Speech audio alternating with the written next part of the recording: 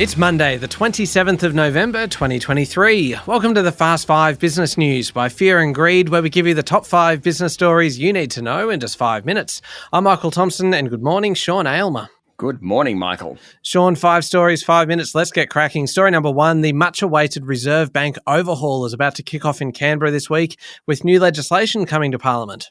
This has been one of Treasurer Jim Chalmers' biggest pieces of work in government to date, and it will finally come to a head following a massive review of the central bank. Chalmers is looking to ensure a new board is created to set interest rates and adjust the bank's mandate to focus more specifically on its inflation target and keeping unemployment down. Now, the inflation target will be specifically the midpoint of the 2 to 3% band.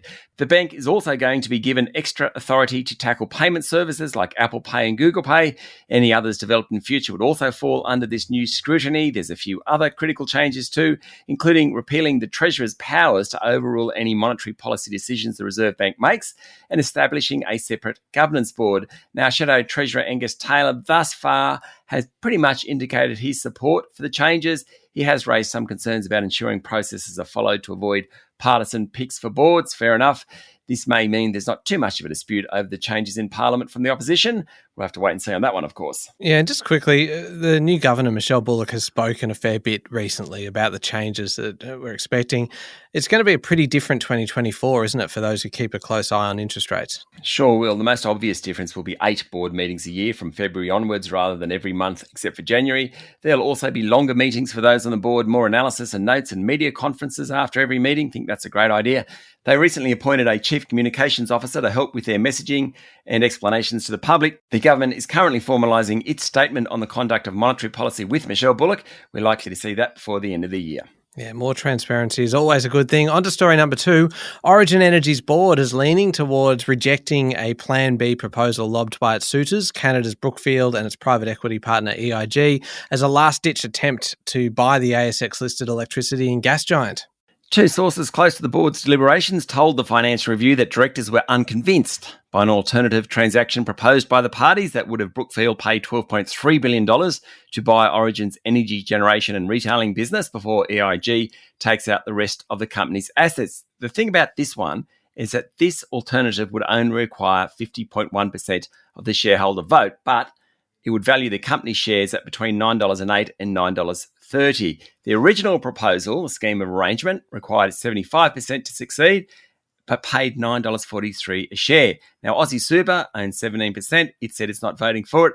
That scheme of arrangement ain't going to make it. Hence, there was a postponement of the shareholder meeting last Friday. We'll see what the board says later today. Story number 3, Sean, Gen X, that would be you, are now the biggest buyers of exchange-traded funds, surpassing millennials, that would be me, as the economy becomes tougher for young Australians. That's because we're really rich. That's why. New data from Investment Trends, first reported by the Fin Review, shows some big shifts underway in the investment activities of younger people. Firstly, there's been a big 42% fall in young people generally investing in ETFs, with 300,000 18 to 34-year-olds leaving the market, selling up post-pandemic. Now, it could be because of returns, could be about interest rates being higher, so put your money somewhere else, could be the cost of living crisis. It's the older Gen Xers that have pushed past millennials to take the top spot for ETF holdings. Millennials peaked at 696,000 in 2021. Now there's 403,000 of them. That's you. We good guys, up 33%, 653,000 of us taking out ETFs. All right. Story number 4. Amazon is the latest mammoth employer to crack down on too much working from home, including in its Australian arm. The retail giant is now telling its employees they won't be allowed to progress up the ranks if they don't come into the office regularly. This is a trend we've been talking about at length over the past week, and now Amazon Australia has told the Financial Review weekend that it's introducing a policy affecting all global employees, including 7,000 staff members here. Basically, it puts restrictions on how much staff members can work from home if they want to get a promotion, unless, of course, there's some sort of extra approval from senior leadership. Earlier in the week, Amazon had said this was its policy in the US. This is the first confirmation. It's introducing the more stringent rule to local workers as well. It's another sign of the big push from corporate giants against the work from home movement, Michael. Yeah, just a quick one for story number 5. A newly unsealed legal complaint against Meta in the US has revealed the business was given reports of more than 1 million users under 13 years old on Instagram, but only a fraction of these accounts were disabled.